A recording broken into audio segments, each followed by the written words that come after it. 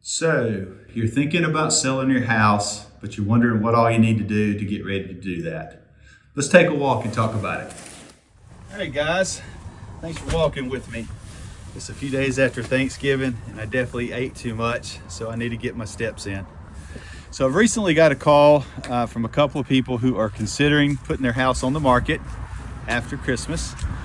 And they've spent way too much time online looking at videos and watching HGTV, and people tell them what they need to do to get ready to sell, and it's kind of got them suffering from a panic attack, if you will.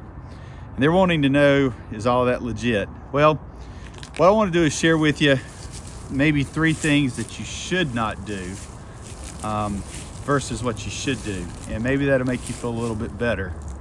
The things that I want you to focus on and remember is you want to think about the livability and the safety of your house, right?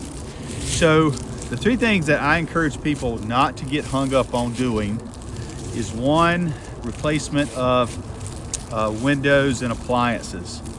So windows and appliances are both big ticket items, and there are so many choices when it comes to your appliance style and also the window style now. You know, you can buy windows in multiple colors, multiple grid patterns.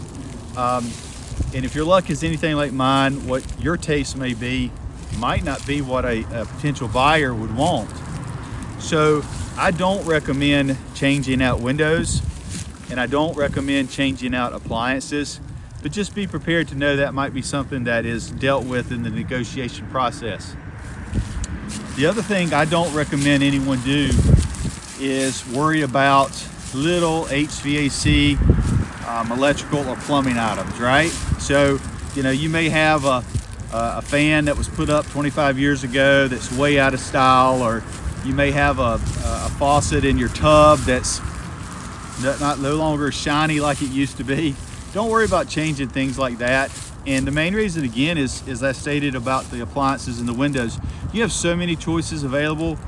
I would prefer and recommend a seller client not make those changes, and instead know that when the buyer comes along, if that's an issue that comes up, you can negotiate it. You can take care of letting the buyer make a selection and change it out then. You could even offer some sort of a credit on the price versus having to do the work and let the buyer take care of it after the fact. The third thing that I would mention, and it's something that's maybe a lot of my agent friends would disagree with, is I don't recommend going in and remodeling one room of your house.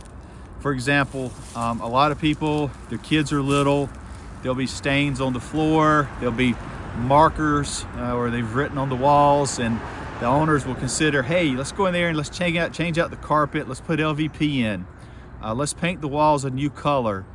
Well, what happens is that room looks great, but then it emphasizes the rest of the house. If it hasn't been remodeled, it makes it not look as good, right? So I think instead of making those changes, you're better to go in there to clean the carpets. You go in there, you wipe down the walls as good as you can, but you let it go at that point, because then it does match more so the rest of the house.